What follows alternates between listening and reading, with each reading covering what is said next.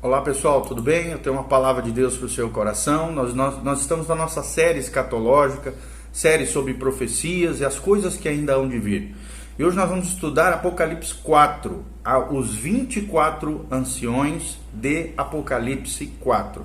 Dentro, é claro, dentro da perspectiva pré-tribulacionista, ou seja, de que a igreja será arrebatada, raptada ou transladada da terra para os céus antes do período tribulacional ou antes das 70 semanas de Daniel. Então, Apocalipse 4:1, a Bíblia Sagrada diz: depois destas coisas olhei, e eis que estava uma porta aberta no céu, e a primeira voz que como de trombeta ouvira falar comigo, e disse: sobe aqui, e mostrar-te-ei as coisas que depois destas devem acontecer. E logo fui arrebatado em espírito, e eis que um trono estava posto no céu, e um assentado sobre o trono. E o que estava sentado era na aparência semelhante à pedra de jaspe e sardônia, e o arco celeste estava ao redor do trono, e parecia semelhante à esmeralda. E ao redor do trono havia 24 tronos, e vi assentados sobre os tronos 24 anciãos, vestidos de vestes brancas, e tinham sobre as suas cabeças coroas de ouro. Do trono saíam relâmpagos, trovões, vozes diante do trono, ardiam 7 lâmpadas de fogo, e as quais são os 7 Espíritos de Deus. Então nós vemos aqui no versículo 10, pulando agora para o versículo 8, e outros animais também tinham, cada um por si, 6 asas ao redor, por dentro estavam cheios de olhos. São os seres aqui que estavam adorando a Deus, né, lá em Apocalipse 4, nessa visão celestial que o apóstolo João teve. E eles estavam cheios de olhos, como diz aqui no versículo 8, e não descansavam nem de dia nem de noite, dizendo: Santo, Santo, Santo é o Senhor, o Todo-Poderoso, que era, que é e que há de vir. E quando os animais davam glória e honra e ações de graças ao que estava sentado sobre o trono, ao que vive para todo sempre, os 24 anciãos prostravam-se diante do que estava sentado sobre o trono e adoravam o que vive para todo sempre, lançando as suas coroas diante do trono e dizendo: digno és, Senhor, de receber glória e honra e poder, porque tu criaste todas as coisas e por tua vontade foram criadas. Então nós vamos falar sobre os 24 anciãos. Em Apocalipse 4:4, nós vemos aqui João tendo a visão desses 24 anciãos assentados em tronos, vestidos de branco, com coroas de ouro e na presença celeste de Deus. Então muitas respostas são dadas à pergunta sobre a identidade desses 24 anciãos. Há quem diga, que são anjos, por estarem associados aos 4 seres viventes do livro. Parece aí uma tentativa de fugir da identificação literal, por ser contrária ao sistema desses teorizadores. O que se diz sobre os 24 anciãos não poderia aplicar-se aos anjos, porque anjos não são coroados com coroas de vencedor, ou, em grego, a palavra Stephanos, S-T-E-P-H-A-N-O-S, recebidas como recompensas, e nem anjos se assentam em tronos. Aqui a palavra tronos com TH, que falam, que é a palavra grega, que falam, de trono fala de dignidade, de prerrogativa reais, e nem os anjos são vestidos de branco em decorrência de um julgamento.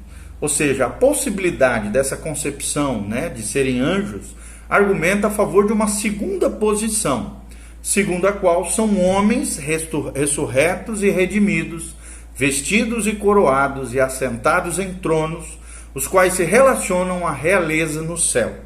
Scofield, em uma das suas obras, apresenta evidências que apoiam a visão de serem eles representantes da Igreja do Senhor Jesus. Ele escreve 5 aspectos, Scofield, esse teólogo, escreve 5 aspectos que identificam os anciãos como representantes da igreja. Em primeiro lugar, a sua posição. Eles estão entronizados à volta do trono central, que é cercado por um arco-íris, ou seja, a igreja, e só a igreja, Dentre todos os grupos dos redimidos é prometida a entronização. Está lá em Apocalipse 13, 21. Cristo ainda não está associado no seu trono na terra, mas essas figuras reais, já apresentadas sem culpa, com a indivisível alegria do Senhor, devem estar com ele, conforme nos ensina João 17, 24 e 1 Tessalonicenses 4, 17. Segunda observação é o número, ou seja, desses anciãos representativos, num livro em que os números representam grande parte do simbolismo de Apocalipse, é significativo, pois 24 é o número de ordens em que o sacerdócio levítico foi dividido. Você pode observar isso lá em 1 Crônicas 24, de 1 a 19. E de todos os grupos dos redimidos, apenas a igreja é sacerdócio, conforme a carta de Pedro, 1 Pedro 2, de 5 a 9, e Apocalipse também 1, 6 fala sobre isso. Em terceiro lugar, o testemunho. Qual é o testemunho desses anciãos? Eles são entronizados e, como anciãos entronizados, os distingue como representantes da igreja. Por quê? Porque eles entoavam, diz a Bíblia Sagrada, um novo cântico, dizendo: digno és de tomar o livro e abrir os selos, porque fostes mortos e com teu sangue comprastes para Deus os que procedem de toda tribo, língua, povo e nação. Para nosso Deus os constituíste reino e sacerdotes, e reinarão sobre a terra, conforme descreve Apocalipse 5, versículos 9 a 10. Ou seja, a igreja, e apenas a igreja, pode assim testemunhar. Quarta colocação de Scofield é que o ancionato é um ofício representativo. Está lá em Atos 15, 2 e Atos 20, 17. Em quinto lugar, a inteligência espiritual é um destaque aqui. A inteligência espiritual dos anciãos os destaca como quem partilha dos mais íntimos conselhos de Deus. Você pode ver isso em Apocalipse 5, 5, Apocalipse 7, 13. E a quem dentre os redimidos, esses conselhos devem ser revelados, senão aqueles a quem o Senhor disse: já não vos chamo servos, mas tenho-vos chamados de amigos, conforme João 15, 15.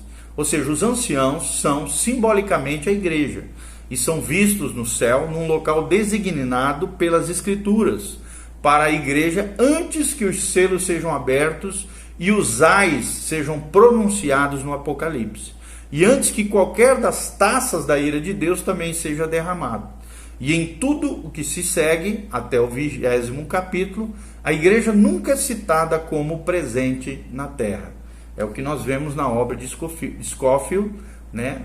Na página 23 a 24. Então, visto que, de acordo com Apocalipse 5:8, esses 24 anciãos estão associados nesse ato sacerdotal, o que nunca diz respeito aos anjos. Devem ser crentes sacerdotes associados a um grande sumo sacerdote, Jesus de Nazaré. Visto que Israel não ressuscita até o fim da 70ª semana, nem é julgado ou recompensado até a vinda do Senhor, então, de acordo com Isaías 26, de 19 a 21 e Daniel 12, de 1 a 2, esses devem ser representantes dos santos da presente era, ou seja, a era da igreja, já que são vistos como ressurretos no céu, julgados, recompensados, entronizados no começo da 70ª semana. Então conclui-se que a igreja deve ter sido arrebatada antes do início da 70ª semana, ou seja, da tribulação. Se a igreja não for ressuscitada e transladada aqui, como é que alguns insistem ou não o é até Apocalipse 20, versículo 4? Como é que estaria no céu em Apocalipse 19, de 7 a 11? É a pergunta que fica no ar. Mas mais adiante nós nos dedicaremos, através de outros vídeos, a um estudo sobre essas questões. E essas considerações, no entanto, darão maior apoio à posição pré-tribulacionista. Outra coisa que nós gostaríamos de destacar é o problema subjacente a 1 Tessalonicenses 4, de 13 a 18. Os cristãos tessalônicos não ignoravam o fato da ressurreição. Eles tratavam de algo muito bem estabelecido e não requeria apresentação nem defesa por parte do apóstolo Paulo. O que provocou a revelação de Paulo foi a falta de compreensão deles acerca do relacionamento entre a ressurreição e os santos que haviam dormido já em Cristo. Paulo escreve então não para ensinar-lhes acerca da doutrina da ressurreição, mas em vez disso o fato de que no arrebatamento os vivos não teriam vantagem sobre os mortos em Cristo. Se os tessalonicenses acreditassem que a igreja passaria pela 70ª semana, se regozijariam por alguns de seus irmãos terem escapado daquele período de sofrimento e já estarem com o Senhor, sem experimentar o derramamento da sua ira. Se a igreja fosse passar pela tribulação, seria melhor estar com o Senhor do que esperar os acontecimentos da 70ª semana ou tribulação. Estes estariam então louvando ao Senhor pelos irmãos que foram poupados desses acontecimentos, em vez de pensar que eles tivessem perdido algumas das bênçãos do Senhor. Ou seja, esses cristãos, evidentemente, de Tessalônica, de 1 Tessalônica, acreditavam que a igreja não passaria pela 70ª semana, e na expectativa do retorno de Cristo, lamentavam por seus irmãos a respeito de quem pensavam que perderiam a bênção do acontecimento. Um outro destaque dentro da visão pré-tribulacionista é o anúncio de paz e segurança, que está lá em 1 Tessalonicenses 5:3. 1 Tessalonicenses 5:3. Nós vamos estar colocando aqui para vocês, declarando 1 Tessalonicenses 5:3. A Bíblia Sagrada diz: pois que quando disserem a paz e segurança, então lhes sobrevirá repentina destruição, como as dores de parto, aquela que está grávida, e de modo nenhum escaparão. 1 Tessalonicenses 5:3. Então, sobre esse anúncio de paz e segurança, Paulo fala à igreja de Tessalônica que o dia do Senhor virá depois de um anúncio de paz e segurança. Essa falsa segurança acalmará muitos, deixando-os em estado de letargia espiritual, o qual fará com que o dia do Senhor chegue como um ladrão, como diz lá em Mateus 24. O anúncio que produzirá essa letargia precede o dia do Senhor.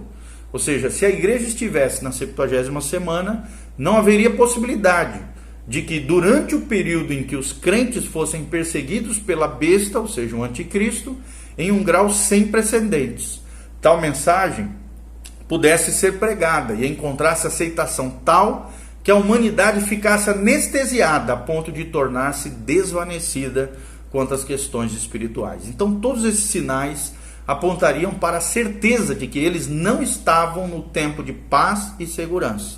O fato de que o ataque de ira, julgamento, escuridão seja precedido pelo anúncio de tal mensagem indica que a igreja deve ser arrebatada antes desse período tribulacional. Qual é a relação da igreja com os governos? Qual é a relação da igreja com os governos dentro dessa perspectiva ou teoria pré-tribulacionista?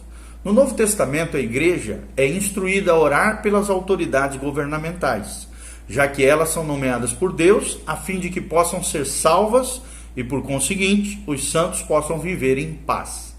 Tal é a orientação de 1 Timóteo 2, de 1 a 4. A igreja também é instruída a sujeitar-se a tais poderes, conforme 1 Pedro 2, de 13 a 16, Tito 3, 1 e Romanos 13, de 1 a 7. Por quê? Porque as autoridades governamentais representam a vontade de Deus, claro que não sempre, mas geralmente. De acordo com Apocalipse 13, 4, o governo, durante a 70ª semana, já será diferente. Na tribulação será controlado por Satanás e realizará sua vontade e propósito na manifestação do iníquo. Aqui o iníquo é um dos títulos do anticristo. Então, por causa do relacionamento da igreja com os governos nessa época e por causa do controle satânico do governo da 70ª semana, a igreja obviamente deve ser liberta antes que se manifeste o governo satânico do anticristo no período tribulacional. A igreja não poderia sujeitar-se a tal governo. Durante a 70ª semana, Israel clamará pelo julgamento de Deus sobre tal homem, o iníquo, e que Deus vingue a si mesmo, como se vê nos salmos imprecatórios. Esse não é o caso do ministério e do relacionamento da igreja com os governos dessa era, ou seja, da era da igreja. E o que o pré-tribulacionismo fala acerca do silêncio a respeito da tribulação nas epístolas? É o que nós vamos falar no vídeo seguinte. Continue conosco.